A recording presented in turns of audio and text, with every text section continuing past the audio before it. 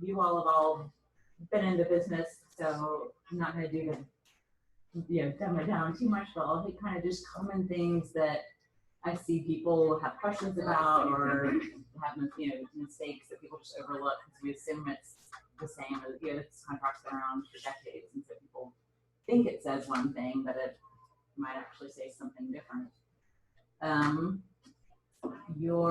Let's see, on the purchase and sale, you've got, of course, your legal description and everything, pretty basic. Okay. Question. Oh, okay. All right. Here we go. Okay, so let me ask, what is common practice here? I know there's 4 different options. You write in the address, but then the legal description. If you're representing a buyer, are you just using what auto-populates from FMLS and going, okay, cool, because I'm not responsible for the rest? Because not frequently, thank goodness, but every once in a while there is a discrepancy, and most of the time it's an accident. It's not intentional, but the legal description that the listing agents put in there, it's either not complete or it's just flat out wrong, again, by accident. But it could be a different legal description than the actual property that you're thinking of, and you get to closing and all the title and closing documents might be for the house next door. So and that doesn't happen a lot. So to your question, the one that I see most commonly is number 3, because that's the easiest to pull up. Because the deed book and page is easily accessible on tax records through Realist on FMLS. Another great option, if you're concerned about it, is to contact Christy. She pulls up titles so fast. Yes. And she works evenings, weekends, anywhere. Just email her the address, say, hey, we're thinking about making an offer on this property. Can you pull up the legal? And she is really, really quick. And she works all the time to help out. Did you just commit her to evenings and weekends too? She did. And That's she awesome. previously committed herself. Okay. Yeah, she'll tell you that she answers her phone all the time. She gives out her card. I know there's a bunch in the outside of her office, but her cell phone's on the card. So I just haven't tried after hours. Yeah, don't be afraid. She'll answer. It's a good idea. The legal descriptions. But you always want to get that right. Especially if it's condos can be really tricky. And there's a separate one there for the condominium legal description because those can be more tricky. And the attached property is different. Sometimes large land that maybe hasn't transferred ownership in a long time too. Maybe different. So do you ever see, or if any of y'all with your in FMLS, again, say you're representing the buyer because you're filling this out, have you guys seen in the document section like the exhibit for their deed that has the land description and you just attach it? I think you not mean everybody uploaded in documents? Yeah. I mean, from time to time. From time to time, but you don't see it very, very common. Not I tried I'm just to. curious. You tried Whatever. I think he's pretty good about that. He's the legal description. I think he's really good about always having the legal description available. I see it in every single one of his contracts. So I think Cleve's got it. Cleve. So I feel like he must. I think they're it's in required. every one of his contracts. So I think he must post it or make it readily available to anyone making an offer on his listings. So do we feel like that's the right standard? I mean, that's the best That standard. would be the best. But I think it's absolutely okay, and I wouldn't, come and yell at you or anything if you use option 3. I think that's the easiest and it's accurate. But best would be getting a copy of the legal description. But I mean, if you're in a jam and you can't get the legal description, you do that. And if it's a property you're a little bit worried about the legal description, you can always, write in. There's a stipulation about the legal description. It'll be provided within 2 days of the binding or something like that. If you want to verify that. So if you're in a real jam and it's midnight on a Saturday, and of course she probably wouldn't love to be contacted right then just say you'll get it within over and over and over. You can call her and see how it goes. But if you can't get it right away and you need it at a weird time, just say that you'll provide it within 2 days of the binding or something like that. But I think there's a special stipulation to that effect as well. The closing date and possession on number 4. This is one that a lot of agents sometimes they'll enter the closing date, but recently I've seen a lot of people just forget, I think, to check when possession is gonna happen, at closing, after closing, whenever that is. So just make sure, and it's, most of the time it's been the other agent that we're working with, not necessarily the Remax agent, but, from our office, but we're receiving offers and people, the other buyer's agent is not checking when. So it might be something that you just wanna, counter with to clarify, so you don't end up with this agreement of when everybody can move in. Are y'all doing right at closing, or you're giving a few days to be competitive? I'm always right in closing. Sometimes they'll try to negotiate, but I don't see. Yeah, we always kind of went with the standard for that. I just wondered Yeah, if I would suggest people that are at trying to closing, give extra to say, oh, we'll give the seller time because it's competitive out there, so. it is, I would say, you want to shoot for at closing, if at all. Unless there's something weird, at closing is the most desirable, only because there's so many things going wrong Oh, yeah. after closing. If it's one of those where the seller is waiting to close on a net, this whole domino of house closings, something doesn't go well with that seller's next house, and all of a sudden they don't want to leave. Yeah. And then these buyers need to move in, someone's in their house, they have to evict them, and all sorts of, it's a mess. So if you are at all possible, you want them to do at closing. If for some reason, I don't know, there's some real emergency that you really can't do it, and it really is in the best interest of all parties, and you feel like it's absolutely necessary to do it, have possession after closing. It even says right there in parentheses, attach F-140 temporary occupancy. You need to use that agreement. And there's a copy of that later in the packet that we'll go over. With that, it's not bulletproof as far as protecting everybody 100%, but it helps to at least outline some of the problems that could arise. Like the insurance, something happens, the house floods and burns down. Is the new buyer actually owns the house, so they need to insure the structure, the sellers, the stuff inside is still there, so everyone needs to be properly insured. Sometimes if the buyer hasn't moved into their house, the claim might be denied altogether because they haven't occupied the house, which is a true story we've had. So, you have to, it's just so many things can go wrong. But if you do have to do it, always use the temporary occupancy agreement. On the next one, the holder of earnest money, that one, if we always will hold the earnest money at the Remax Center. It's been more common recently for attorneys to hold earnest money, especially when you're working on your listings, dealing with another brokerage. A lot of the newer and smaller brokerage, especially, they don't want to hold earnest money. They don't want to deal with the commission and the liability and all of that. So they're more commonly going to say that some other attorneys, the closing attorney, is going to hold the earnest money. That's okay. But you can always, some people counter and say, no, Remax Center will hold it. We'll hold it even if it's not our client. It doesn't matter. We still have to handle the earnest money responsibly and be that mutual party. So you can always counter if you feel better with us holding it instead of the attorney. If the attorney does hold it, it says there in section 5 that if holder is closing attorney, F-84A must be attached to the exhibit, and F-84B must be signed by the closing attorney. Those are 2 new forms this year. There was a version, a kind of a combined version of them last year, but they've broken it apart into 2 forms because of some problems. The issue with that is, like I'm buying Lori's house and I say, okay, well, I've got earnest money and we agree that Joanne's gonna keep the earnest money. And if we have a problem, Joanne's gonna distribute it. But we don't even ask her if she wants to hold that responsibility. So like you and I can't agree that a third party is gonna do something. Unless they sign off. Exactly, unless they sign off. And so that's the point of these forms, especially the second one, F-84B, is the one that the attorney signs. And that's them saying, yes, I'm aware, I'm the holder of the earnest money. I agree to distribute the earnest money according to the terms of the contract. Without that, they're under no obligation to distribute the money according to the terms of the contract. They can say, they're under no obligation at all. So that became a big problem. That's why that is it was a change this year. And not all other agents are even aware that those forms exist. So some of them will send you the first one that both the buyer and seller sign, but they won't send you, as you're getting offers from other agents, but they won't send you the second one.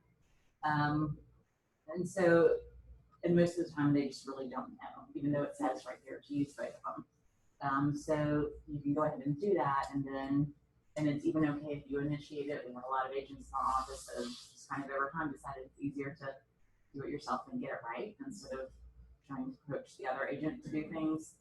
It's okay for you to, look there, see who the attorney is and go ahead and email whoever the contact person is, that FA4B for the attorney or their representative to sign.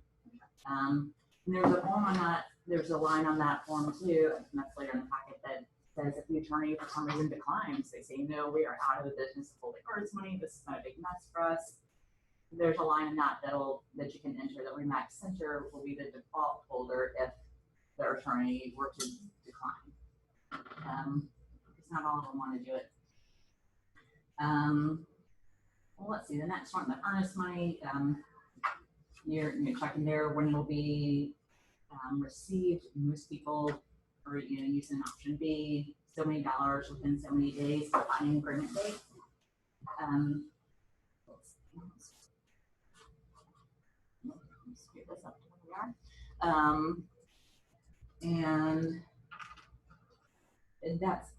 then we need to deposit that within 5 business days. So you have to really make sure your policy is turning it to the office as soon as possible.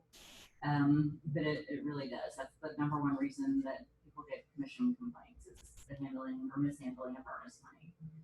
So as soon as you have that, turn it in. If there's some kind of weird thing, your buyer's out of state, or they're, I don't know, turns out there's a holiday and a long weekend and it snows and then there's a tornado and I don't know, whatever things happen and they can't get the money, it's okay, but don't keep that to yourself. Just send out notice, just let people know. That's our obligation, is to let people know. So and it can be an email or you can use that, I don't know what the number is, the form, there's a notification form, in the docs, and just say we don't have, Remax Center does not have the earnest money now. The buyer will deliver it within whatever days, and restate that. As long as you let them know and make it known, then that covers us. The problem is if you don't, and we get into a situation where we're expected to distribute the earnest money, we have to cut that check whether you turned it into us or not. Because as far as the contract is concerned, we have the money. So all parties assume that we have that check in our hands. So did I hear you say that if there is an incident and you have to extend that, an email would suffice? Just as notification that we do not have it yet. And so then I would follow up, that's a good point to clarify. Yeah, I would email them something in writing first, just saying we do not have it right now. But then I would want to write an amendment stating, I would use the same language as this here in 7D and say that that will be paid within, and then change instead of 3 days, make it 7 days of binding agreement date. Just restate that for everybody to sign and agree to. But you do need to give some kind of written notification that we don't have it in our hands. So just a regular old amendment to take care of that. Exactly, just a regular amendment. Yeah, nothing fancy. And again, don't make your wording too fancy. I would literally just copy the wording that they have right here and just put in the new number of days that you need. Yeah, just normal amendment. And usually it's not a problem as long as you let people know they're okay with it. Especially if there's some kind of true extenuating circumstance. If your buyer is starting to have cold feet and you're getting this, then you start wondering. And if you're on the listing side and you get that from the buyer, if they don't have a good story, you can decide to be concerned and figure out that. But the biggest thing is we want, as far as our liability for the holder, we just want to make sure we're receiving it quickly. Let's see, on the inspection and due diligence, you all should be all familiar with that section. What's the typical days y'all are doing, for due diligence that you're seeing? There's my buyer, I'm asking for 14 and telling them they expect it to end up being 7 to 10. And if it's a seller, I'm making 7 days. Yeah, that's what I see. Almost between 7 and 10 is kind of standard. And then, yeah, if they're coming up on a long weekend, it's longer, and everyone knows their inspector too. If you're working with someone regularly, you know that there's someone you can get up in 2 days or 5 days, so kind of figure that out. Most of them are usually pretty good about getting out within 2 or 3 days though. Let's see, the lead paint, of course, if it's, built prior to 78, you have to attach the lead exhibit.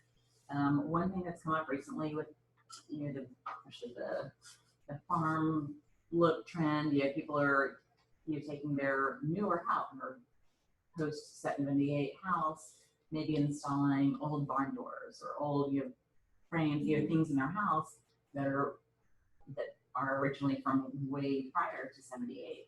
So they may have put lead paint into their new house, if that makes sense. Yeah. So if you have a house I never would have thought about that. yeah. So if you have a house that there's something obvious like that, like a reclaimed wood barn door or something like that, I would have them go ahead and fill that out, just to be safe. I mean, again, no one's gonna hopefully go and like lick the barn door and die of lead poisoning, but you want to, I don't know. but you want to be careful. Yeah, you're gonna sand it off and sweep all the dust. So, but yeah, so oh no, it went away. Scroll down and Oh no. I don't know. Let's see if I can find it. Hold on. okay.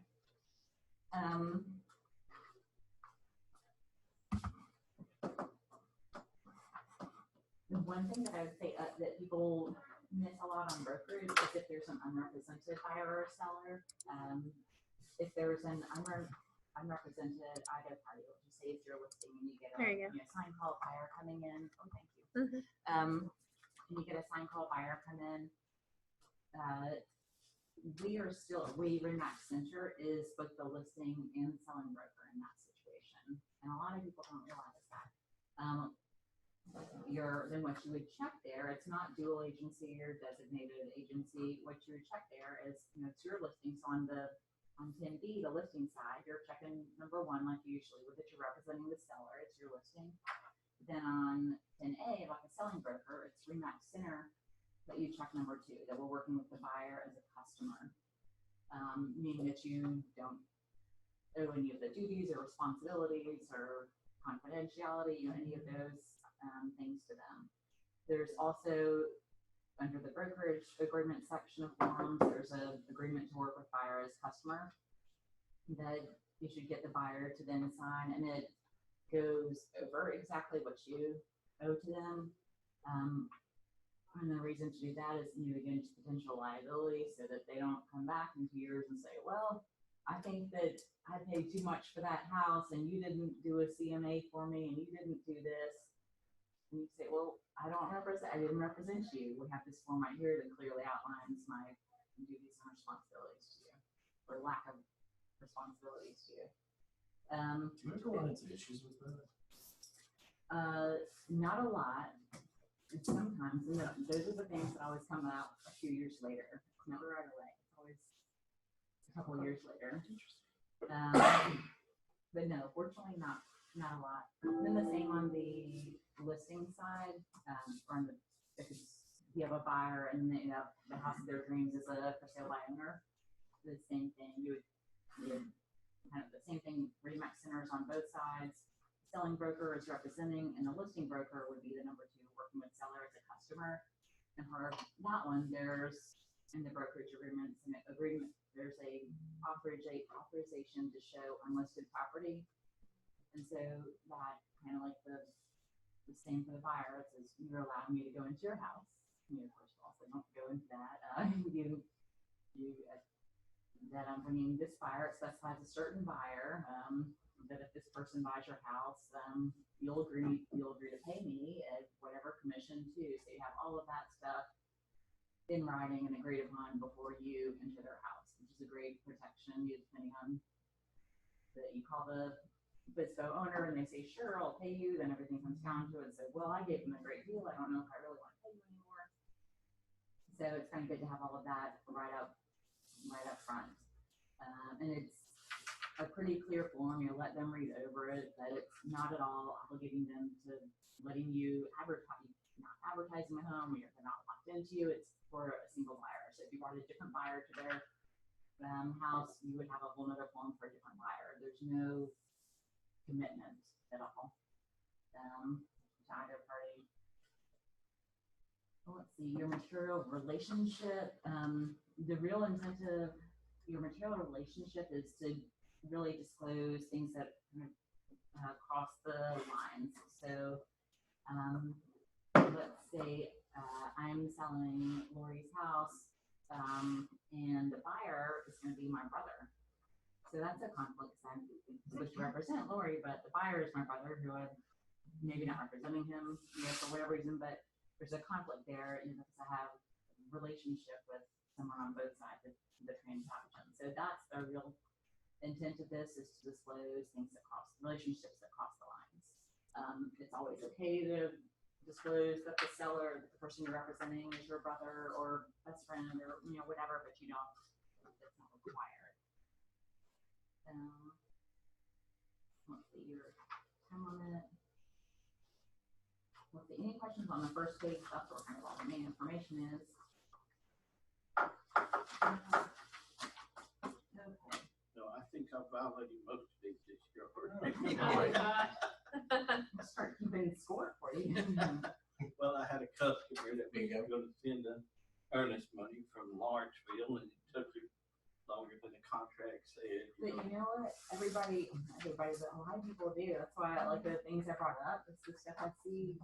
Well, I know we have 100-something agents. I see the same stuff. So you're not alone. You're in good company of lots of people doing the same things. I think hearing the implications of it though, Uh-huh. I mean, he put it at, tries to point home to make sure it happens in a timely manner. Yeah. Like more weird stuff. And most of the time these things don't end up, we're not sued every time someone makes one of these mistakes, but you just never know. We get, people get angry for even when they don't need to, so just protect yourself better.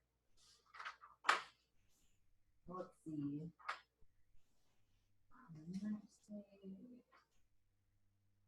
Awesome. I'm not gonna go over all that. Just see on that page section.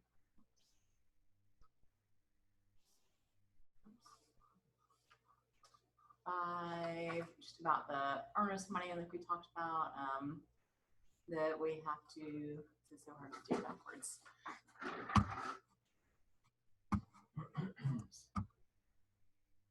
We have to deposit it, here, 5 banking days after the binding agreement date, or 5 days after the date is actually received. So it's, and what they mean there is when we receive it according to the terms of the front page. So if it says that we'll receive it within 2 days of the binding agreement, then the 3rd day after the binding agreement would be day 1. Does that make sense? And they're only counting banking days also, not weekends. So it's a little bit longer than just 5 calendar days, but sometimes we get close, and we'll send you a friendly reminder if you're getting close and it hasn't been turned in.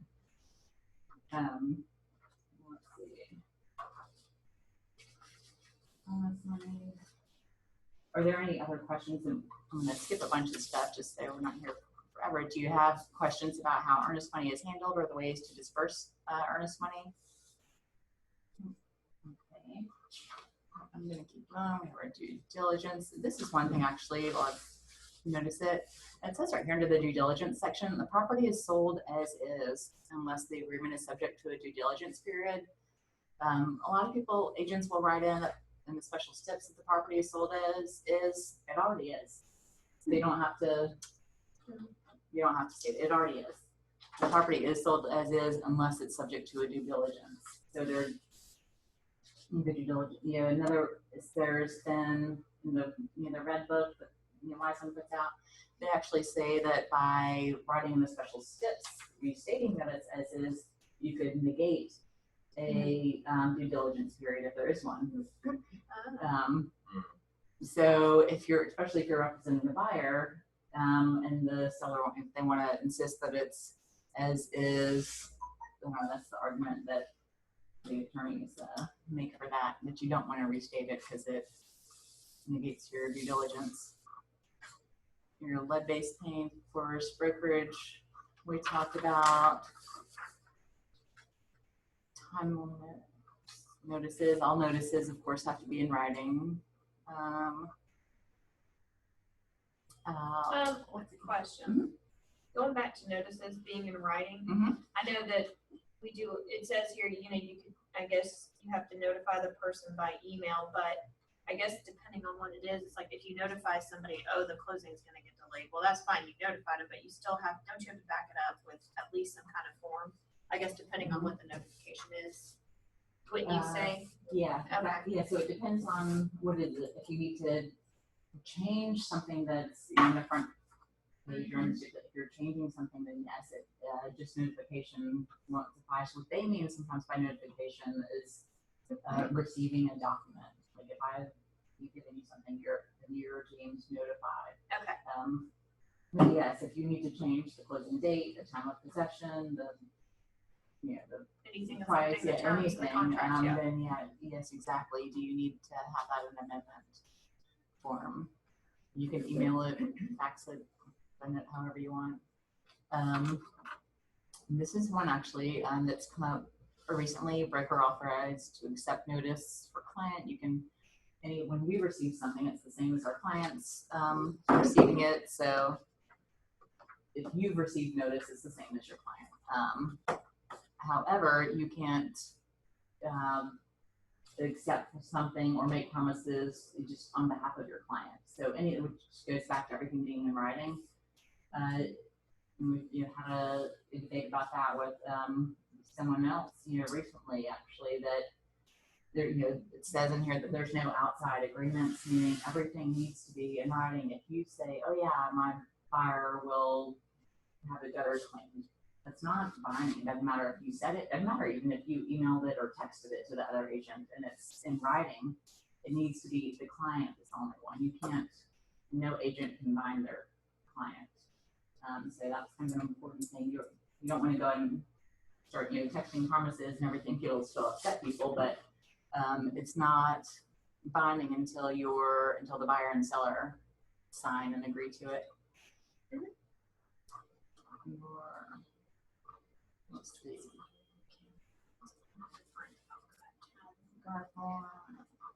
Where cyber fraud is on all of them. Let's see, all the exhibits. We're going to go over some of the exhibits in a little bit. There's if you have a cash transaction, there's a cash sale exhibit. So instead of writing that it's a special stipulation that it's all cash, you can use that exhibit. It kind of better outlines some of the, it's not a long form, it's just one page. It's 1.5 pages, but it outlines, things that would go along or that you would want added in a cash sale. You have a backup agreement, the closing attorney holding the earnest money form like we talked about. Of course, your loans and lead paint. There's, let's see, if it's contingent upon your seller selling their property, there's the sale or lease of, your buyer's sale or lease of buyer's property contingency if the buyer has to sell their home before they can close on this. And then there's your temporary occupancy. We talked about if you have to stay in the home for some reason afterwards. Stipulations. And so that's what we're going to go to next. Your signatures. You do want, actually, as a kind of an aside, it is important to fill out this stuff or have it filled out. Because when we're releasing earnest money or if there's a dispute with us and stuff, it's helpful sometimes if everything is right here, so that they don't have to dig for contact, or if there's a dispute over the earnest money, we have to send the 10-day letters. It's kind of nice to have all of the other agents' contact information here. Then really we won't have to email you and say, hey, can you give me this? Just have it already there. Okay, these are all the stipulations. This is a GAR form. It's in FMLS under our docs. They have this document that has all of their pre-done steps. We also have it in app files, I think under resources tab maybe. I'm not going to go over all of them. 12 pages. I'm gonna go over some commonly used ones or ones that might be good just to be aware of. The first section of the agency, you all know if you are acting as principal in a transaction, you have to disclose that. So that's what that one says. The next one kind of goes along with that. If you're buying your own property, the agent's intent to resell. It seems really obvious to say that if you're buying a property that you may sell it at a later date. But all of these stipulations, in fact, all of these forms, they generally come from past litigation. And so the reason for that stipulation is that there is a seller that, of course, nothing happens right away. It's a few years later, they come back and say, well, you realtor who bought my home, you ended up selling that for a really good profit. I think that you used your superior real estate knowledge and didn't pay the right price for my house and you owe me something. And so here you are stating, yes, I'm a realtor and I have superior advanced knowledge of the real estate market and I intend to resell this probably for a higher price in the future. Okay, so we're stating the absolute obvious. There's a reason. Again, these crazy things come from crazy people, right? Your material relationship, it's already in the purchase and sale, so I don't know why you think that is a stipulation. Let's see, agriculture, I'm gonna skip over most of those.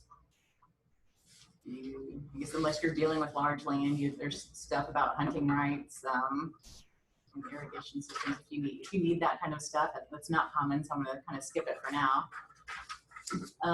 Under the due diligence section, 302 is a good one. The amendment to address concerns as notice to terminate. So this is a good one. This is a stipulation that you would actually write on your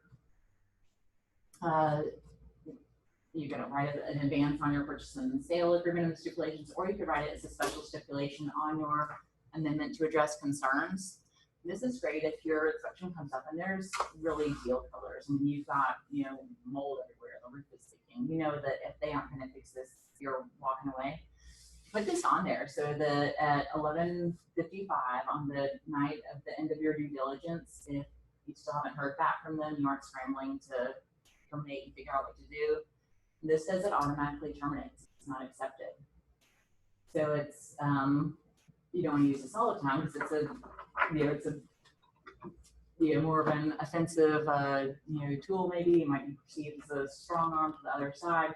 It's a good tool to use if there really is a true deal killer on that inspection report. If you know that if they're not going to fix the mold, your buyer, it's a game over situation for them. Let's see, flood zone warranty. It's a good one if you need to verify your flood zone.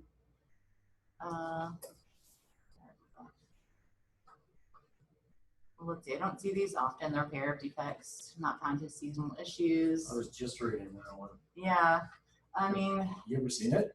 I've never seen anyone use it. It's great. I think it would be hard for someone to agree to personally. Yeah, I think it'd be hard to get both parties to sign off on. It does. It looks fabulous in writing. Especially with the HVAC system, right? You're in the winter, they're not going to test the cooling system, right? So, who knows? It's, April comes along, you turn it on and it doesn't work.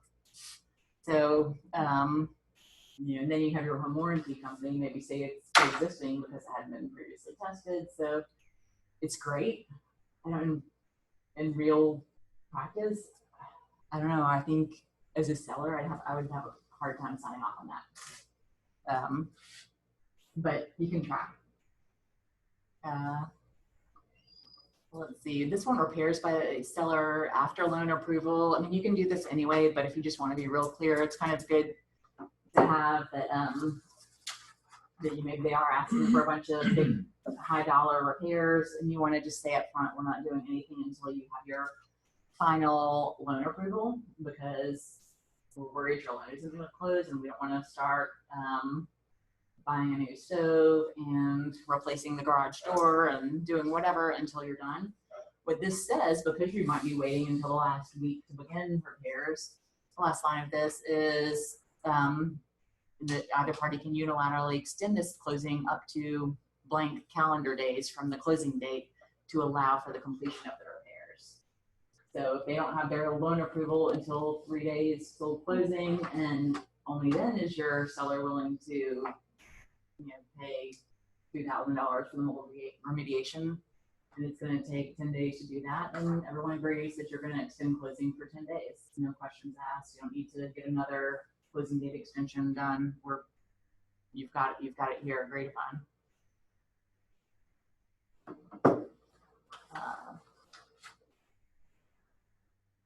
see. Septic system.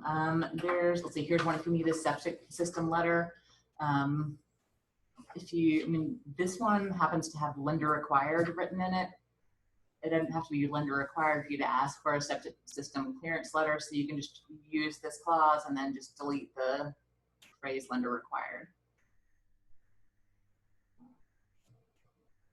The survey, of course, if you're dealing with large land, or even it doesn't matter if it's a large lot or not, but if you're concerned here that you get a survey and it's going to reveal less acreage than what you believe it is, then this says that the buyer has the right to terminate. Let's see, termite. This one is, of course, what is on most contracts about the termites. This is for the guarantee.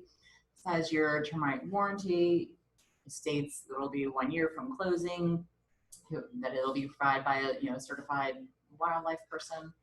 And then you can check if it's a retreat or retreat and repair bond. And in addition, it also says that you'll receive a termite letter within 3 days of finding.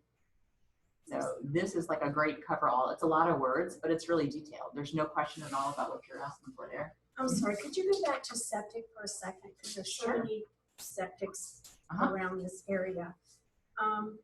Where it says here that it's visual inspection. I mean, what do you all do to get to? Which number?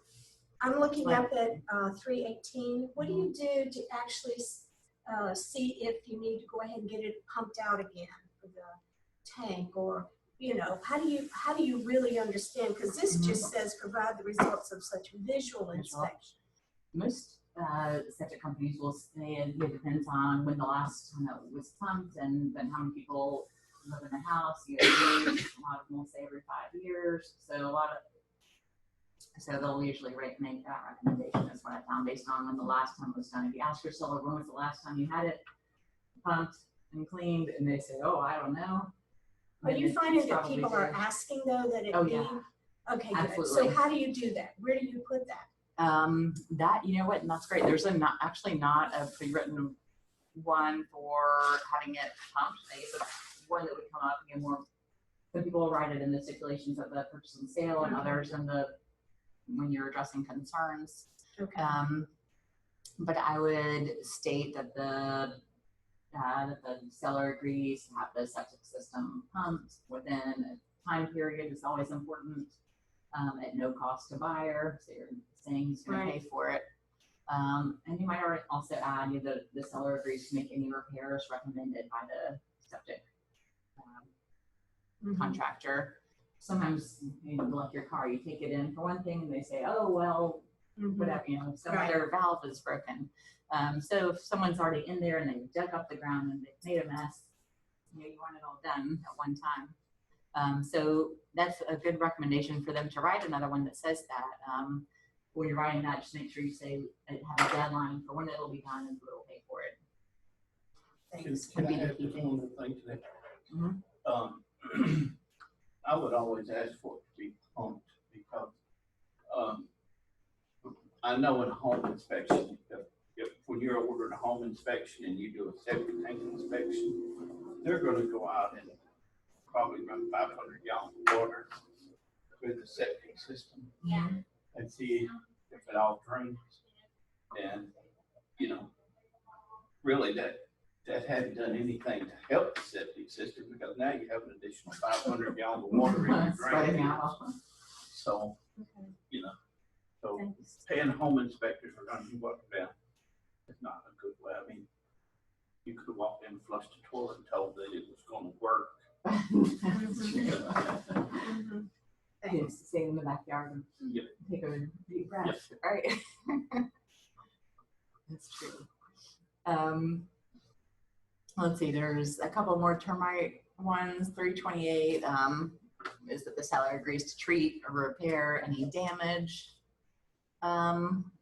This is kind of a precursor if you're worried, or even if you're not worried and you just want to protect yourself up front in the event that prior to the due diligence, their termites are found.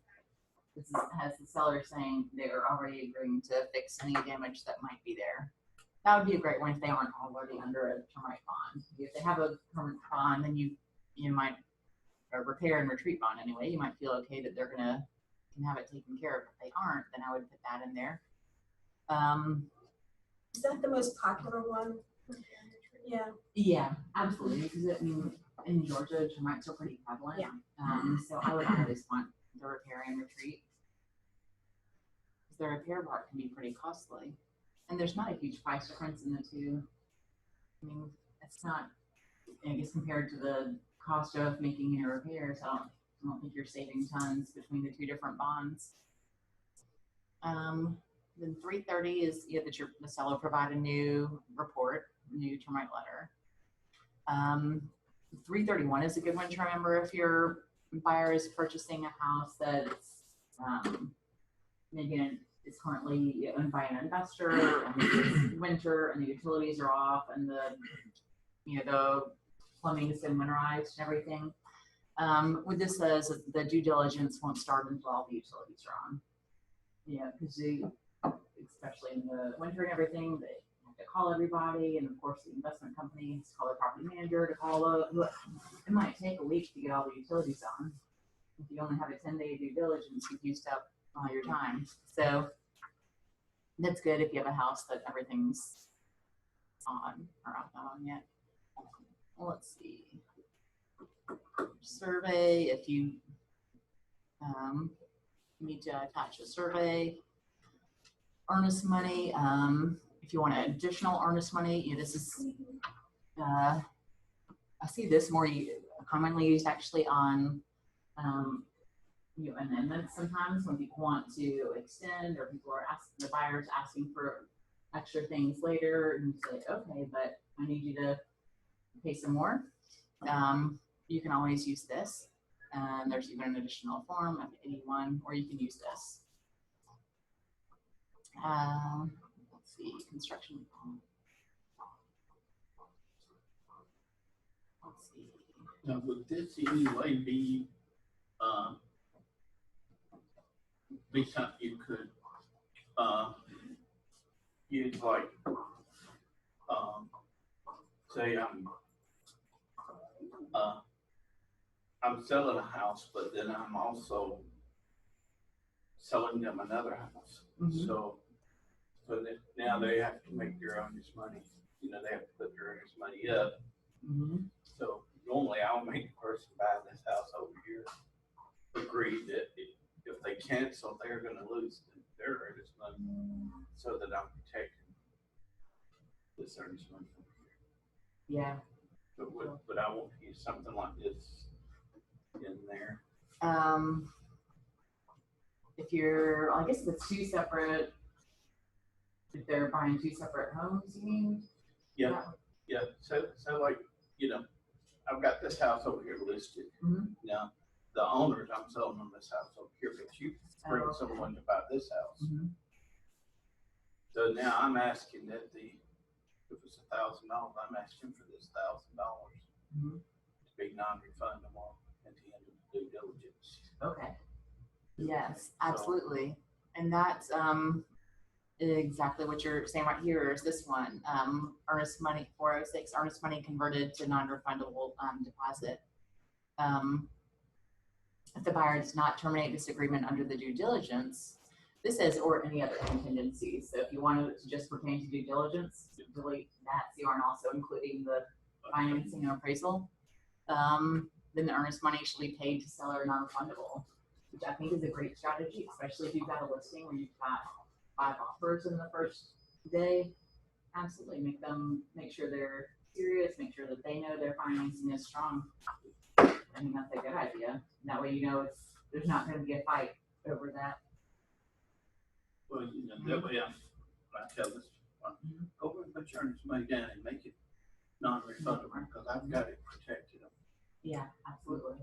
Show these people that you're trying to get under contract with, Which you is- gotta sell your house, but you're serious. Yes, absolutely, and that's, in this market, I think you can demand that, I think that's smart, yeah, absolutely.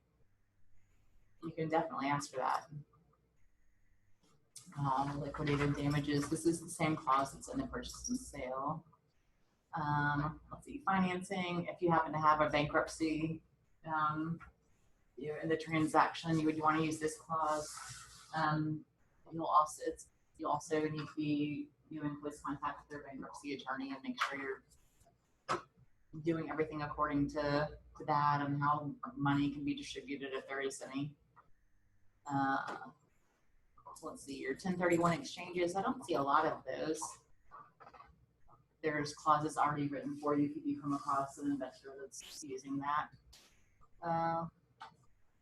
Let's see, this one, the last one, 518 swap of real estate property contingency. This is a great one to use, kind of in addition to the sale of buyer's property contingency. With this one, even the title of it is a little misleading, the swap of real estate property, but what it essentially says is that the closing on this house, on house A, is contingent upon the closing on house B. And it says that this same clause, the same stipulation will also be on the contract for house B, making it contingent on the closing of house A. So that these two properties both have the same clause and they're contingent upon each other closing. Does that make sense? And so it's not I don't know, swap is kind of a weird title for it, but that helps if you have a buyer where they need to close on this property to have their down payment to purchase and everything. Again, depending on the market and the house you're dealing with, the seller may or may not be up for that because they want to guarantee that their house will sell whether or not their other house A sells or not. But it does, if you can do it, it protects everybody.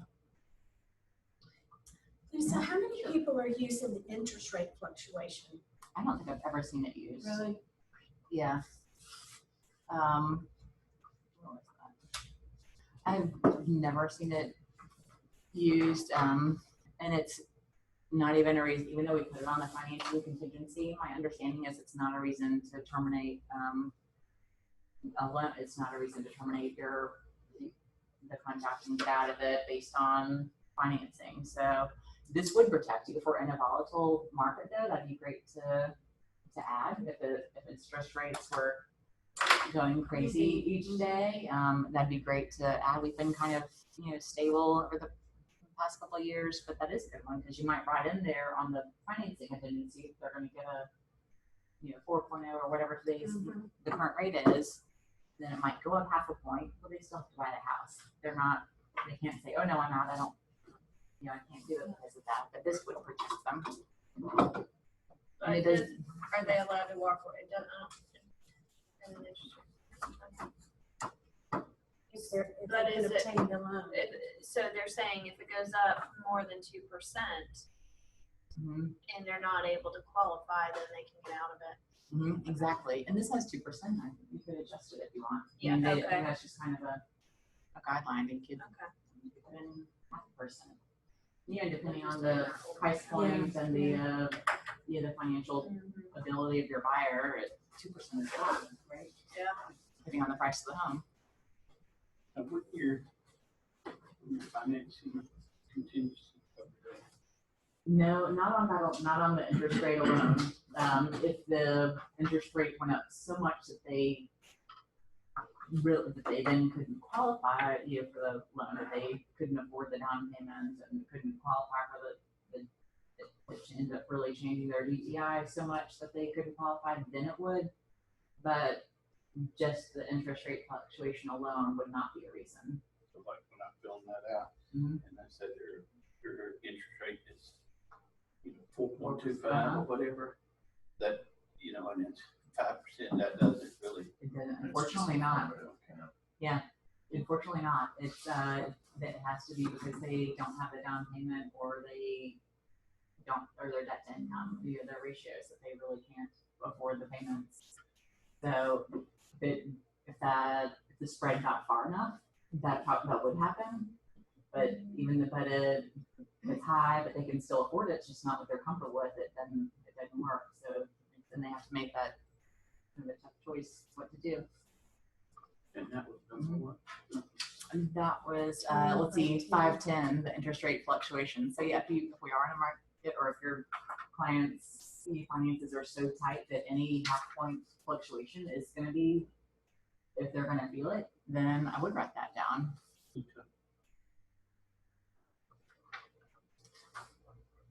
Let's see.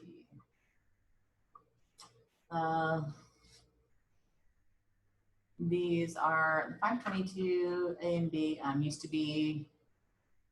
These are, you all might recognize, this language from former financing contingencies, where this was kind of the first paragraph of those, that the buyer will have so many days to apply for the loans. And they took that out of the, I don't know why, but they took it out of financing contingencies this time. But if you want that language, here it is, if you want to add that in. So, What would the benefit of that be, besides just knowing that you don't get deep into this and they hadn't made application yet? that you could say they're in default. So if they don't, and default is not you defaulted, we're out. It's not, unfortunately, that easy, but it starts the process. So let's say you gave them 3 days or 5 days, to apply for the 5 days used to be kind of the standard, what everyone wrote in. So after 5 days, if they haven't applied, then you give them notice. You're in default. You didn't apply within the 5 days, and then they have 3 days to cure the default. And if they don't apply within those 3 days, then you can terminate. Is 3 the standard? That's just the standard. I don't Okay. know. The king of contracts. I mean, There's it that seems one. fair enough, so, yeah. So it's, yeah, so that, but it does, I liked that in the old finance, and I don't know why they decided to take that out. I think it's a good thing to have.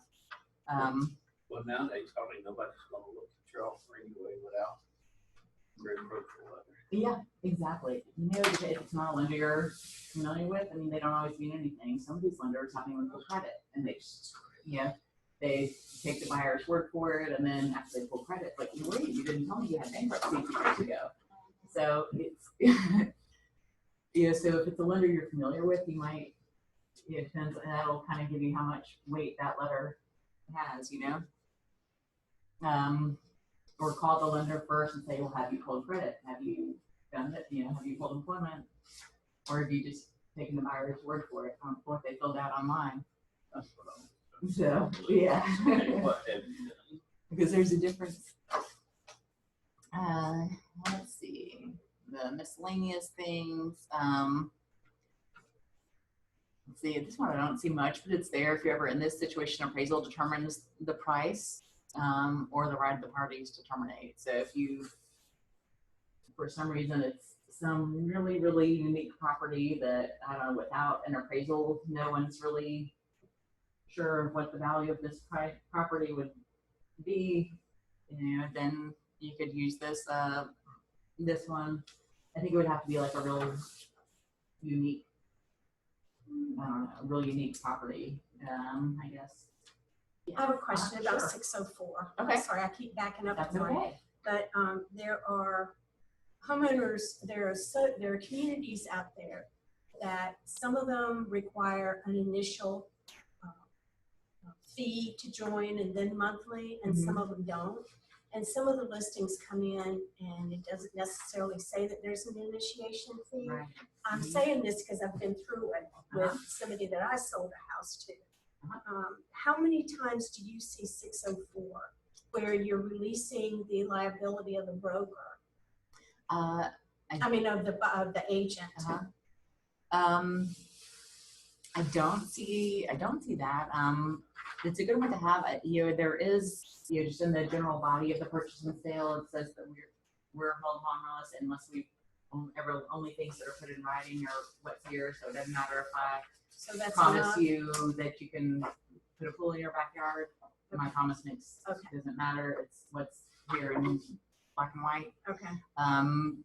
So it's good, but I don't know that, I It's don't not think it's necessary. I don't think it's necessary. Good. About the amenities, there's your other question on the community association disclosure. There's now a place to put all of that, and that's important to remind your sellers to don't just put what they think it is or what they paid last year, but to actually call, because a lot of them, sellers aren't aware that there's an initiation fee. They've lived in their neighborhood for Right. 10 or 20 years.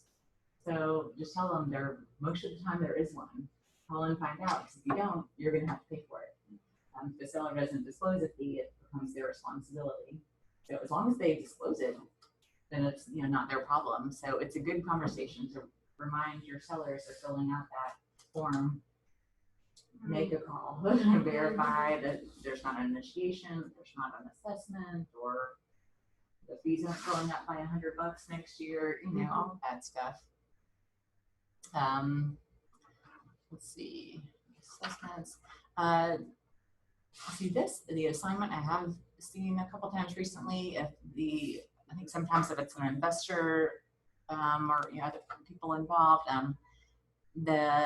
where the buyer is going to assign the property to someone else. Like there might be kind of the star buyer idea where you have one person out there that's making offers on dozens of properties for their investor. And so they're initially the buyer, but then between signing and closing, everything is going to transfer into the actual LLC or whoever the big picture is. And so that just says they can do it, that they're going to assign it, because you have to have written agreement in order to assign it. Or if you're working with an investor that's doing that, you want to make sure you have it. You can't just do the switch at closing. This 614 is important some people like to write in business days for different timelines. They'll write in, even on the due diligence, business days instead of just calendar days, or any other contingencies. It's important to define business days because people disagree on what a business day is. You can get the mail on Saturday, so is Saturday a business day or is it not? My bank's open on Saturday, but yours might not be. So there's a lot of disagreement, and so this is just the GAR attorney's opinion on what a business day is. So it talks about all days except federal holidays, Saturday, Sunday, federal holidays, weekends. So that is, I would say it's just always, it doesn't matter how you define it. You can change it, and you can include Saturday as a business day, but you need to define it. Let's see, if you're working with, buyer, they're gonna need this. The buyer will list a property with a broker. Commission. If you, for some reason, need to ask for your commission in your stipulations, there's a clause, stating how that happens. Hopefully, you would have either a listing agreement or the authorization to show unlisted property, some other agreements about getting your commission. Here's one that just kind of states the obvious: that a community association is not required. The conformed copy of the agreement. This is, if you've maybe gone back and forth a bunch and you're dealing with another agent who, instead of running counters, strikes through and writes things all over, and you end up with this really kind of crazy, messy looking agreement in the end. You can rewrite it and make it look all nice and pretty, including just the things you're agreed on, but then add that stipulation number 622, that everybody agrees that this is a conformed, consolidated agreement of all the things that we previously agreed on. All it does is just make it prettier and easier to read, because it gets messy to look at if you've all worked with people like that. You want to just clarify what everyone agrees to. You record a permission to sell, if it's going through probate for some reason. The divorce contingency also, if you're dealing with a divorce also, you may want to have an awkward but important conversation with your sellers, if they're the ones going through the divorce.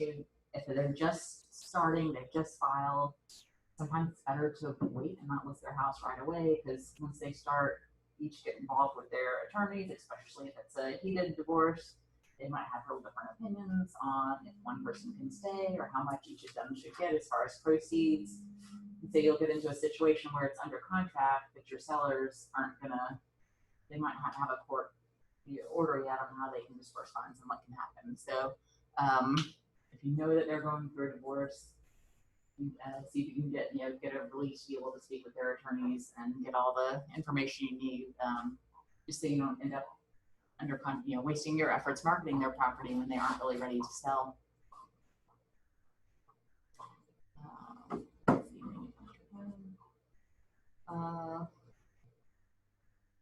Let's see, multiple counter offers. It says use on a counter offer form. This is if you're the listing agent and you've received 5 different offers on your property, and if you want to make counters to all 5 other buyers, you can do that. And so you're here, stating that this counter offer is being made to more than one prospective buyer. And so it goes through all of that, kind of letting people know what you're doing. I'm playing all the cards at the same time. So, Interesting. yes. So that is, We have to get the fax machine out. That's right. you have to, no, you don't have to fax. It's on the It second says paragraph. facsimile. It says, writing Yes. delivered to my facsimile. Oh, really? At the following number. Can we just say email address? Oh, You okay. changed the email. Perhaps. Smoke signals. That's funny. Name the carrier pigeon. I don't know, Yeah, so I would something. Unhinged change my horse that and trigger. say my email address. It's Joy Aki. Yes, my horse and buggy. I think Your- that's right. I don't know. yeah. Maybe wrong. I just said it in So- Spanish. That's right. Let's see, rent proration, if you're dealing with that, school district verification. This is a good one. If like every few years, they redraw the lines for school districts. I don't know if it happens on a regular Just had basis. that happen. Are they doing it right now? Yeah, and Hall, They and are. our sellers didn't know that they were changing the. And sellers don't District. always know. They aren't necessarily being, like, if you don't have school age kids Right, yeah. anymore, then you don't really, it doesn't matter to you, right? You don't care. But but it's gonna be our responsibility to be aware of that. So, if they happen to be like in the middle of redrawing the lines when you're making offers, put this contingency in. I don't know because maybe it's gonna be, you have to figure out before closing, Right. but if they're gonna release the new zones and districts the next, 2 weeks or something, put this in there so that you can say, okay, as long as it is still zoned the school district, I'll buy it. If not, then buyer can terminate without penalty. Let's see, stigmatized property, that, I don't see that a lot. That's good. What is the deal with that? I can't remember. If say somebody did die in your house, do you have to disclose that? I can't remember. No, you don't have to disclose. If you're asked about it, you have to be honest. Okay. So you don't have to be forthcoming. It's not a required disclosure, but it's one that you have to. Do you see that one come through? I don't, and it's usually, I guess, one of those things, like a lot of them, it's not a problem until it is. Most people don't think about asking it. Most people don't ask their buyers, do you want to know if someone hung themselves in the dining room? When I was But- buying Yeah, a house yeah, that was that's like specific. in the That's nineteen specific. thirties, I would But feel then like there when- may be. Then what happens is no one thinks to ask because, why? And then all of a sudden your buyer moves into their house, they start talking to the neighbors, oh yeah, that last guy, he was Yeah. he hung himself in the dining room. And then they're like, well, I don't want to live here. It's just, so it's a weird, awkward thing to ask, but those are the things that come up after everything's done and closed, right? I had Fix a it. buyer, We just had was it my Outlook? that. I had a buyer one time tell me he could sense spirits anyway. I'm not kidding. So you could I hire was this like- guy to come with you. That would be I my guess. favorite buyer ever. No, he didn't. He's like, if I get weird feelings, he's like, I can tell that there's spirits in there. I was like, oh, this is gonna be fun. Could be the Yeah. dog buried in the backyard. Yeah. The neighbor's dog buried in the backyard. So yeah, so Sure. bring someone who's in touch with their spirits out that's another option. But yeah, that's one of those things that it's like awkward to talk about or even bring up. But if most people, if you ask them if this happened, would you want to know? Most people are gonna say, yeah, I want to know. Yeah, I had people ask if a neighborhood was built on burial grounds. So I'm like, you're gonna have to go find that out. Wow. Yeah. How about It was crime? a cultural I mean, buyer. to It was disclose a the cultural map, buyer right? and they. Yeah. I think that's one of it's you have to look at if you're aware of it, disclose it. Yeah. There's a thing, you have a link in there about the sex offender registry and everything. That one actually put in there. I feel like we should put a lot of the more stuff in the body of the contract. So Yeah. buyers, you need to do these checks on your own. Like, I would rather that be there than kind of put the burden on us as agents to ask, do we know if someone did this, this, or There's so this? many things. Yeah, There are, and it's only most what's of them important to don't that happen. person, right? yeah, I mean, most of the time it hasn't happened, but when it does, then it's a problem. But yeah, so I don't know, they can pull up crime reports and call the police and say, is there, I mean, it only means someone's been caught, I guess, if there's a police report, but, Yeah. yeah. Wow. So I don't know, it'd be a good thing to suggest to people. When Let's in see. county, it would be hard to find somewhere where there's not a sex offender registry Yeah. somewhere. Yeah. What'd you say? She said, awesome. In Gwinnett That's where I County, live in Gwinnett County. Be hard to, Yeah. Pick a spot and say, okay, we'll check this spot. 3 Oh, 4 to miles see if around. that wouldn't have it. Oh, yeah. Mhm. Be hard to find. Yay, Gwinnett. Well, it's Fastest growing county with a great Yeah, school that's system. right. Success was here. Right. It is Never great. forget. This one just restates what's already in the due diligence section, that the buyer and the buyer's agent have, the right to access the property. What you do, you have the right to enter, it says in the due diligence section, you have the right to enter and even inspect the property right up until the day of closing.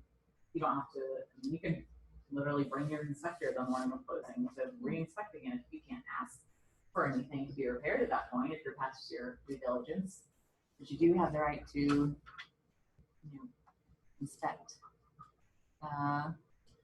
Let's see, guaranteeing that all the appliances will be in good working order as of the date of closing, which they should anyway. And the agreement already provides that it needs to be the same condition as it was at the time that you viewed the home.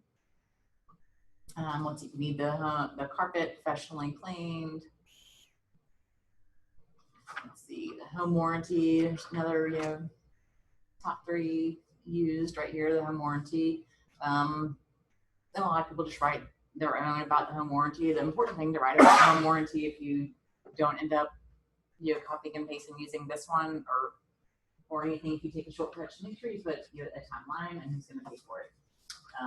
Because the problem is if you get some kind of contentious transaction, you're working with the buyer and you say that the seller will provide a home warranty, don't say when, well, I'm gonna provide it, this can be in 5 years.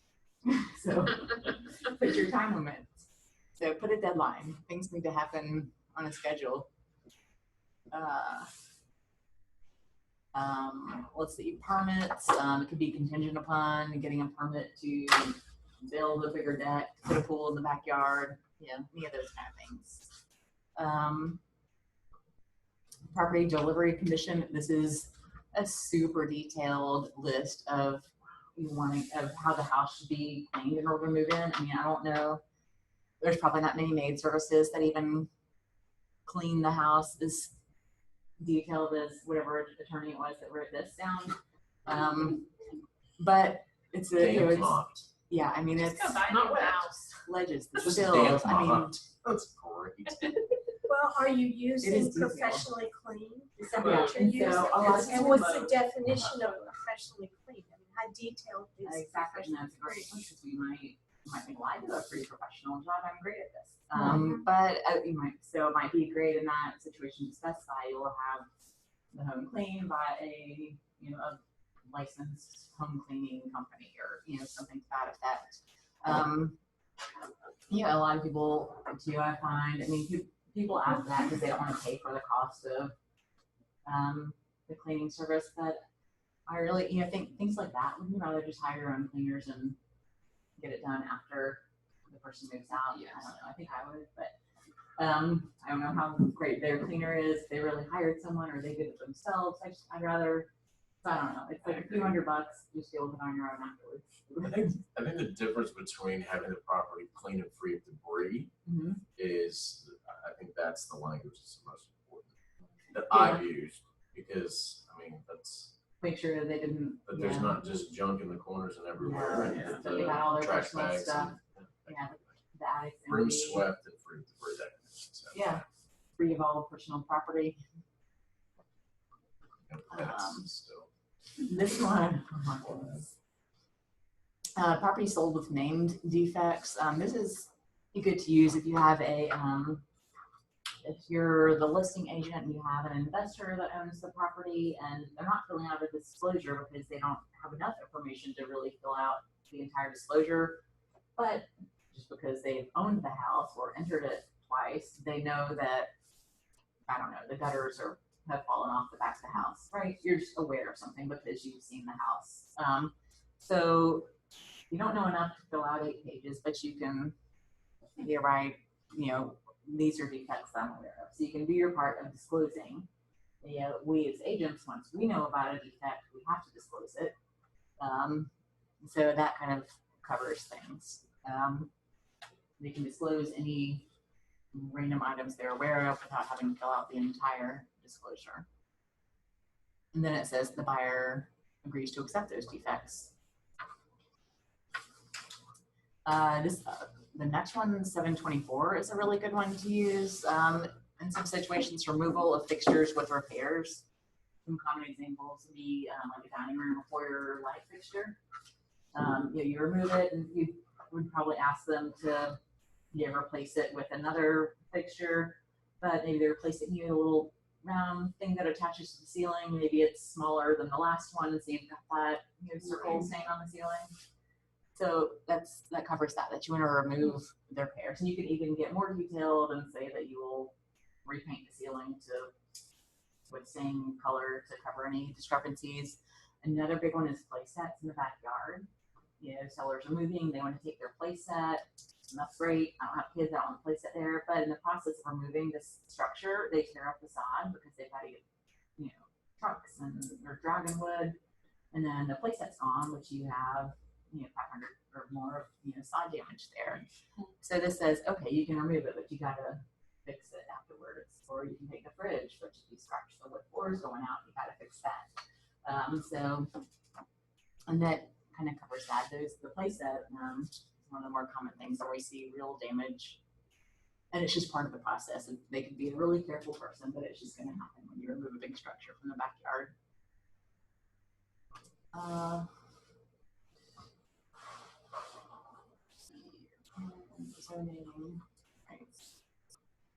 Seller's property disclosure not attached. This is a good one to use for any other, whether it's the seller's disclosure or any other document that you don't have right now, but you want to be part of the agreement.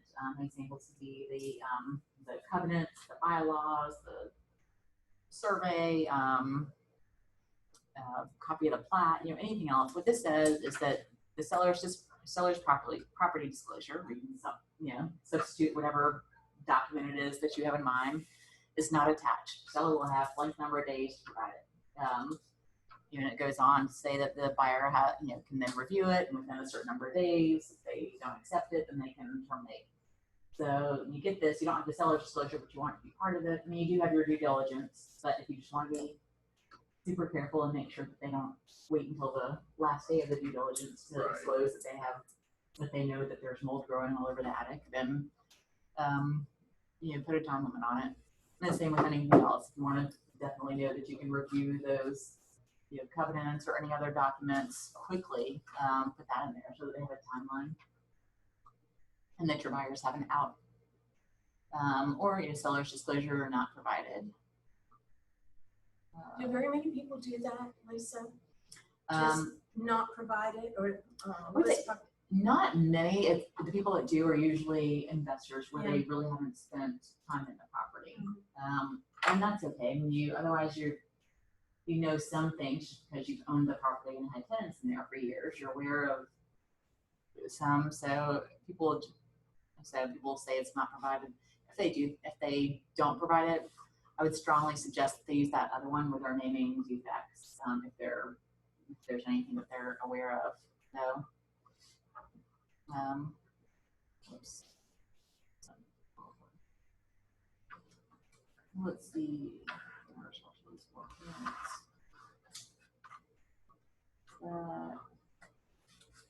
That is it. There was one, let's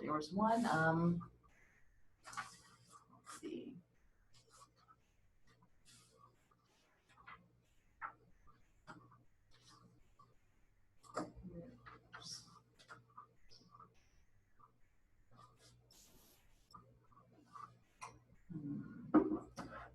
There's one about repairs after closing. Maybe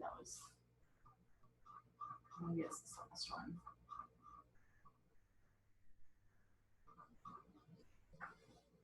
Oh, there it is. 312. Okay. Let me go back then.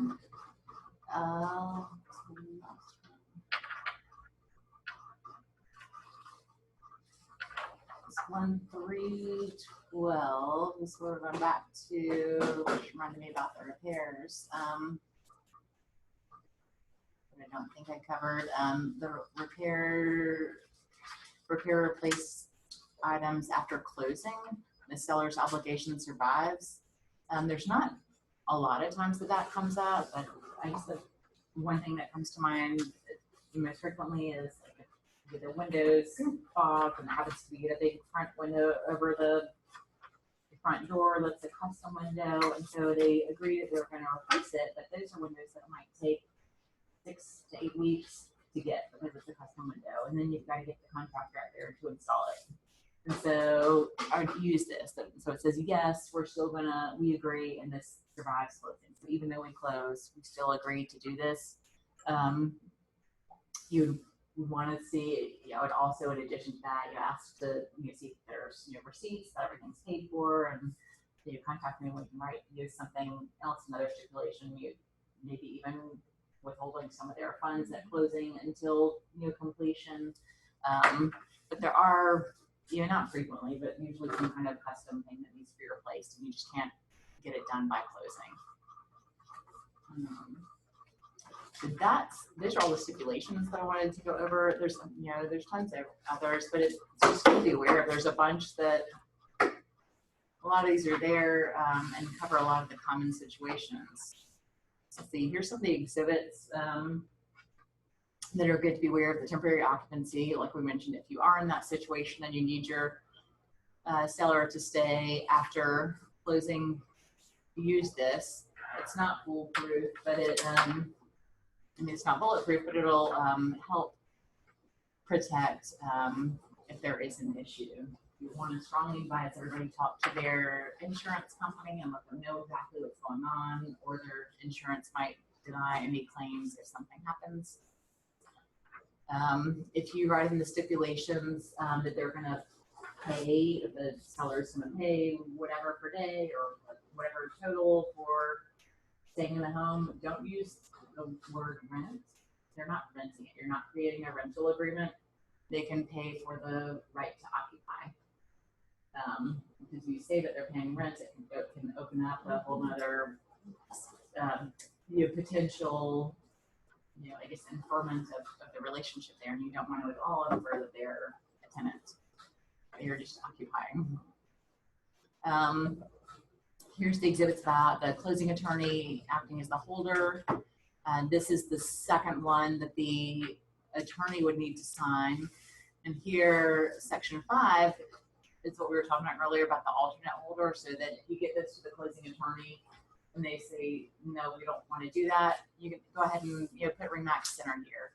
And this says that automatically if the closing attorney says, no, we're not going to hold the owner's money, then RE/MAX Center will do it. You don't have to do another amendment or anything there. become the alternate holder. Then you provide everybody's information, or actually, I'm sorry, this is the first one that the buyer and seller sign. This is the second one that the attorney signs. Can I back up and ask a question on closing attorney acting and holder of earnest money? Uh-huh. Okay, so I write in the Remax Center. Uh-huh. And then I send this to the attorney and they say, no, we don't do this. So then I send it to you, the other agent. Is there anything that, do I get anything from the attorney saying that they don't want to do this or? If they just email, they'll probably just email you back and say, I said it backwards. That first form I showed you is actually the one that the buyer and seller sign, and then this next one is the one the attorney signs. Yeah. But when you send this one for the attorney to sign it, if they won't, they'll just email you back and say, sorry, we don't do this, and they won't sign, and that's all. You forward that to the other agent and say, listen, they aren't gonna do this, that we already have it. The other one, you don't need any other amendment saying that we're the holder, because you have up here, Remax Center is already the alternate holder, and you already have here the buyer and seller signatures. Everybody's already agreed. You don't have to do another, amendment or paperwork or anything. Well, I'm just, if this came back to me, with the attorney not agreeing with what we agreed to, Mhm. then, I just wonder, well, I'm probably not gonna just take the other agent's word for it. I mean, if they send me an Yeah. email, like you said. Yeah, I would ask for the email or, contact them yourself. Most people are writing down attorneys that if they know are always gonna do it for them. And most of the time, I never once in a while, so an attorney we haven't heard of it. Most people think, McMichael and Gray seems to be a common one that people are using for holding. O'Kelly. I don't see Luder Larkin there frequently written in as holding. I think they do, but I don't see a lot of agents using them that way. So much to the other brokerages who have relationships with them.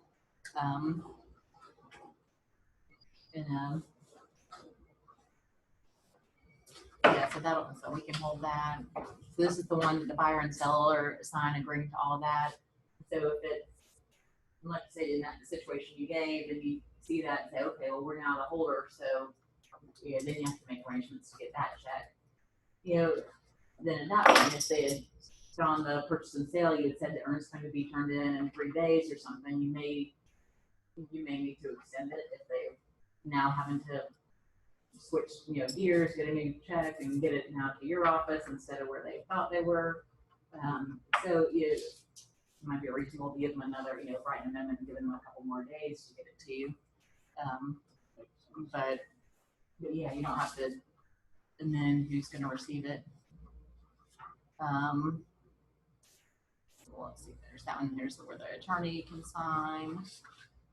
Let's see, here's the brokerage agreement we talked about. If you're working with an unrepresented buyer, you have a listing and you get a buyer from an open house or sign call or something that wants to buy your house, this is what you're having them sign, and this goes over your duties, your agency duties if you're just a customer. It really relieves you of any future liability. Everybody signs that. Next one is the same that we talked about. If you have a buyer that wants to look at a FSBO listing, authorization to show the unlisted property. They'll enter in what price that you can quote. And say, okay, you can offer my house for whatever amount. These are their prospective buyers, that you write in there. So it's real specific. If your sellers are, I think, a lot of times untrusting, especially if they're FSBOs, I don't want us to do anything. So listen, it's not committing you to anything. It's you tell me this price. It's only for these buyers. There's nothing in here about marketing. It does say that you'll pay me.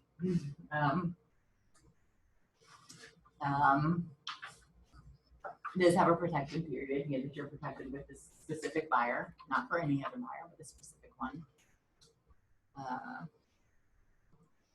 Let's see. And you can give them it, you know, you can still hand them out those consumer brochures, protect yourself and everything if you wanna do that. Those are always good. Let's see, this one I think most of y'all are familiar with is the sale or lease of buyer's property contingency. If you, if the buyer needs to sell their former home in order to purchase, this is a contingency you use. It can be contingent upon the buyer closing or entering into a lease, you know, whatever applies there. And then there's the option for the kickout provision. You know, in the market in this area, I think most people are going to ask for a kickout.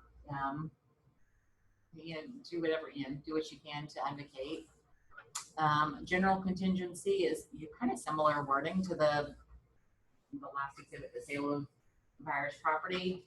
But this is good to use for all those kind of random things that you need. This agreement is contingent upon what? And then you have, you know, 4 lines of, I don't know, all the random things that you need to happen. The mother-in-law coming and, you know, making sure it faces this direction, or I don't know, making sure, I don't know, all the random things that you need, or receiving a certain document, or, you know, any other things that come up, because everyone has their own unique little things that come up in the transaction. So whatever your random things are that you need to happen, instead of writing stipulations that we need this, this, and this, and this, all these random things to happen, put them in a contingency. And the only reason is it better protects what happens if those contingencies don't happen. When you just say in the stipulations that the seller will do blank, and that's, you know, period, end. Well, then what happens if the seller doesn't do it? You don't have any recourse. So this, you know, is just a little bit more detailed. It says what happens. Let's see, here's the table of contents of all the forms. There's tons of forms. There's so many forms that most people don't even use. But it's good that you just kind of be aware of a lot of the things that are available in case you need them. You know, again, there's all these different agency exhibits like we talked about for your unrepresented buyers and sellers. Purchase and sale agreements y'all are familiar with. Your disclosures, of course, if you're in town, you have your DeKalb, the plumbing issues, the broker at 57 here, the broker's information disclosure.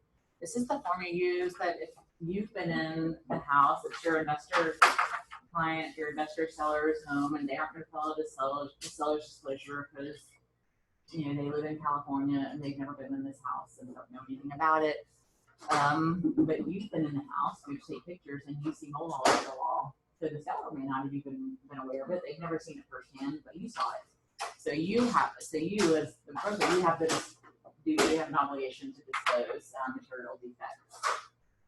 You know, you could argue something as obvious as black mold all over the wall is something that would be obvious to anyone, you know, coming through, but we have to disclose any material defects.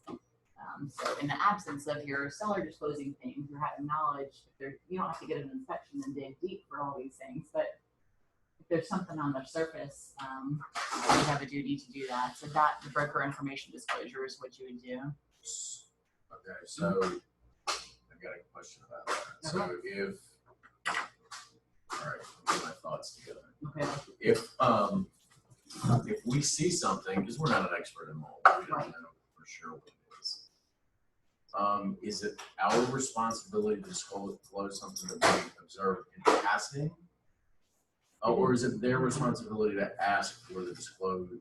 I don't even know if that makes sense, but for them to ask for us to disclose. If there's a material defect that you're aware of, Material defect. that you're aware of, then you have a responsibility to disclose before they ask. Okay. So we just have to disclose that. Otherwise, you're concealing material defects. And so for that, it's a good point about the mold, though you're right, you're not a certified mold expert. So maybe I wouldn't be right. I wouldn't say there's mold, maybe say there's a black substance on the walls. Yes, I don't know, describe it. Substance or something. Like the inspectors always describe it in a discoloration. yeah. How do they? Yeah, because they don't see mold either, since they aren't Yeah. Right. Copy your inspector's lingo on how there's white fuzzy stuff growing everywhere. But yeah, or I don't know, water stains on the ceilings, stuff, things that, Okay, okay. Okay, so I got to take this question a little further. okay. So you've had, 30 seconds. you've had a home inspection done, Mhm. and the buyer and seller can agree on all the things that need to be repaired. Maybe one of them is that the roof needs to be repaired. So you cancel the contract. How much of this home inspection now is the builder? All of it, Yeah, unfortunately. That is especially if where. you got a copy of it. Mhm. Yeah. Yeah, I think 100% of it, you have to then give out that inspection report. And a lot of, if you're a listing agent, frequently, or if you're not, I would use that as leverage if you're the buyer's agent, let them know, say, if you don't fix this, you've got to turn around and disclose this. Most agents will realize that, and they'll advise their sellers, like, I know it's horrible, but you've got to fix it because we're gonna have to now broadcast it to the world, and everyone else is gonna want the same thing fixed too, if it's a major item, Question on defects though, what is Yeah. the actual definition of defect? Like, for example, go ahead. No, that's it. Okay, yeah. To get, I'm noticing, I'll have to look in the run book, I bet I'm sure that they have. Because let's just Really play off of fun, but, his thing, is what if an agent would argue, well, it's a defect, you have to, because contractually, it doesn't say you have to fix any defects, any known defects. So, would that be, I'm just wondering, I don't know. Yeah, so how do they define a material defect? Yeah, Well, let's look it up. Yeah, let me see, I'm sure that they have, I wonder if there's a copy that I put here, I bet they have it. You know, it's the inspectors that don't report to I their used to have one, so commissioners, I'll get this work for her. and then, so now the buyer, the seller, and me both know that the air conditioner's not working properly. People buy the Yeah, I house, have it at home, but I had a question. And then if they're able Okay. to come up with a copy of this Here's your inspection, definition. Oh, do you find it? Uh-huh. It What do they say? says a material defect is a specific issue with a system or component of a residential property that may have a significant adverse impact on the value of the property, or that, and it went away. Let me get it again. So, One way. Or that poses an unreasonable risk to the people. mhm. So not that the paint on the walls is peeling, or that the bedroom door is a little crooked. So not the things that your inspector generally do cosmetic. But I mean, a roof is a component of a house, Yes, like, right. think about it, so it's like, we're And gonna it can work change this the out. value. Yeah, and it could does change the value. Yeah. And for an inspector's material defect, it's a specific issue with the system or component of a residential property that may have a significant adverse effect, or that poses an unreasonable risk. The fact that a system or component is near, at, or beyond the end of its normal useful life is not in itself a material defect. Right, that's a great, especially the homes around here that are in the 20-year, the average lifespan on a lot of systems is 13 or 15 years. A lot of these older systems actually last a lot longer.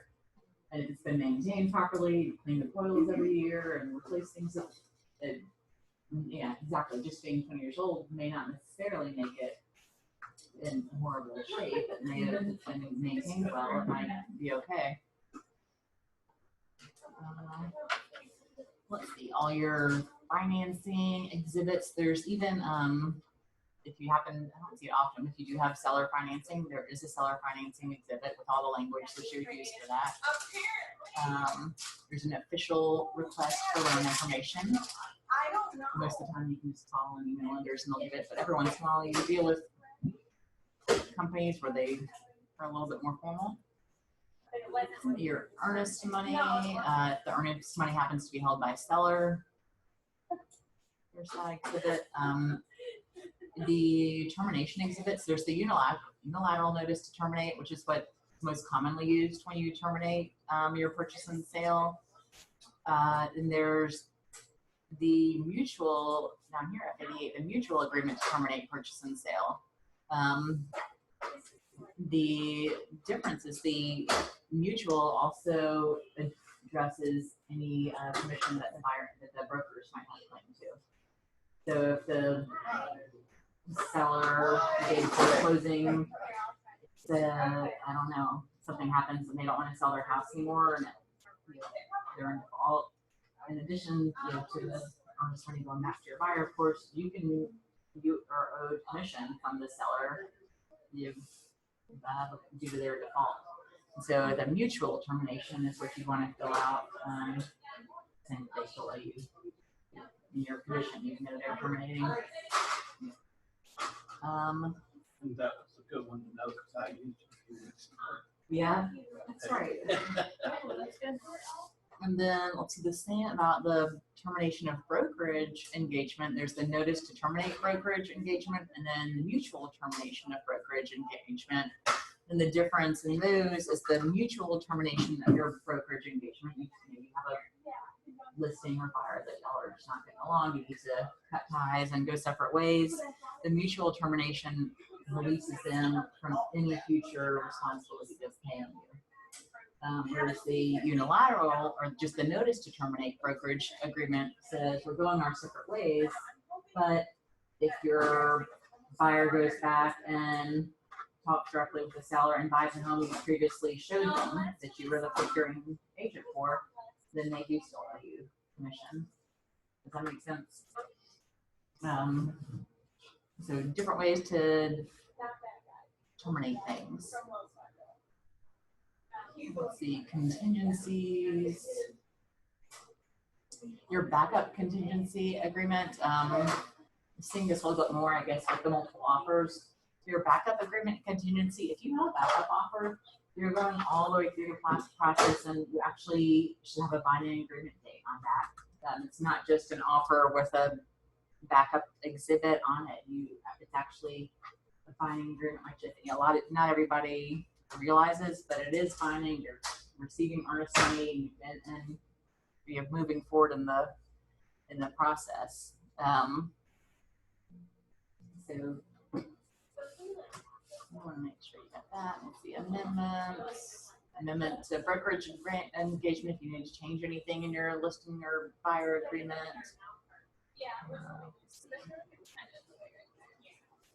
Miscellaneous. I didn't print this one, but this one, 129, property sold with right to request repairs. A lot of y'all remember that is how the inspections used to be handled. Before the due diligence, it was the right to request. And so you had a certain number of times to request repairs, and then after that, a certain number of days that the seller would say yes or no. And I've seen a few agents going back to that. It's a stronger way to negotiate for your sellers instead of, again, if you're getting multiple offers, instead of giving everybody a due diligence period that they can terminate for any reason, you use that exhibit and you go back old school and say you can only terminate if you really have a inspection related issue, so that you don't get people just cold feet or they find a better home 3 doors down that they want to go to. That was 129, property sold with right to request repairs. That used to be the only way that we did repair. We did that process, and that it was in favor of the seller, I would say, which is probably why they did away with it, because the attorneys like more mutuality, I guess. But it's a good thing to use if you're the listing agent and you have a lot of offers. You need to put a time limit in the note. Yes, there's a time limit. There's a couple of time limits. It says that the buyer will have the inspection within so many days, and then it has a second blank that the seller has so many days. And both of them are from the binding date. That's the error a lot of people used to make, to respond and say yes or no. I'll make all the repairs for 3 of them. So when you do that, it's not a long form, but I would read all the verbiage before filling it out the first time. But the biggest thing that people used to make the mistake of is they put, like 5 days or 7 days in the first section for getting the inspection. Maybe they put 3 days in the second blank for the seller to respond. But that 3 days is really from the binding date. So they were, the dates weren't maxed enough, So just, that would be the only trick to it. Just read it, before you fill it out. Let's see, your extensions, your pet exhibits. If you, a lot of people use it if you have the temporary occupancy when you have a pet. The pet exhibit is good to attach as well. Especially while people are moving, you got boxes and a bunch of stuff going on, your pets get nervous and they might, a good pet that's never had problems might suddenly start, marking or chewing things. So that's good to have. Let's see. Commercial. And I think that is it. Those are all the main forms I wanted to go over. You all have those kinds of information. I know all those stipulations and forms and everything. Are there other questions that you all have about any transactions you're going through or any of all of this information? I have 2 questions. Okay. I don't remember how to get to all those special deals. The specials, that's a good question, actually. There's a couple different ways. So, if you do your purchase and sales agreements, if you usually fill them out in app files, then you kind of have to do a copy and paste. You can, we have this in app files as a document, I think, under resources, or we can email, or I can email this to you if you wanted to save it as a document, like I can put it on my Dropbox so I can open it when people call me or email me. And you have to just copy and paste into app files. If you create your purchase and sale agreements in RDocs through FMLS, it's a lot easier to add stipulations. If you're in RDocs and you get to the big open space for the stipulations, you click, I think it looks like a little form or something. You click on something in the right corner and it brings up all of these. And all you have to do is click which ones you want to add, hit enter, and boom, they're in. So no copying and pasting and going back and forth. So in my opinion, I think it's easier sometimes to create the initial purchase and sale in RDocs. And then you can, from RDocs, you can email it into app files. Your app file has its own email address. And then from there, you can do all the other counter offers and amendments and everything. It's easier to just do it in one place. But I think if you have one where you're going to use a bunch of stipulations, I think it's easier to just click it and have it added for you in RDocs. But if not, you can just copy and paste.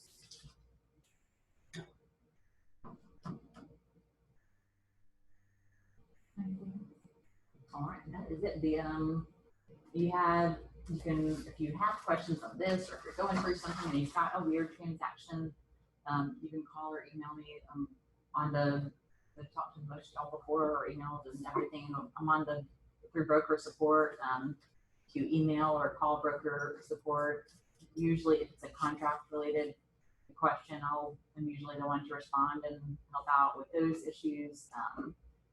If you call, it'll ring me first, and if I don't pick up, then Pat or Christy, someone else will. So I'm there to help you out with those things. The broker, do y'all have those numbers and emails? Yes. Yeah, so if you have questions, you don't be afraid to email.